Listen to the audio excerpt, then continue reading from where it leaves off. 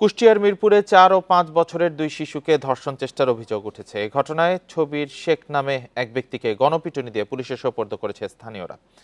Police জানায়, দুপুরে 4 ও 5 বছরের দুই শিশু বাড়ির পাশে খেলা করছিল। এই সুযোগে ছবির শেখ দুই শিশুকে ধর্ষণের চেষ্টা করে। শিশুরা চিৎকার করলে বিষয়টি টের পেয়ে ছবিরকে আটক করে গণপিটুনি দেয় স্থানীয়রা। পরে খবর পেয়ে পুলিশ গিয়ে তাকে আটক করে।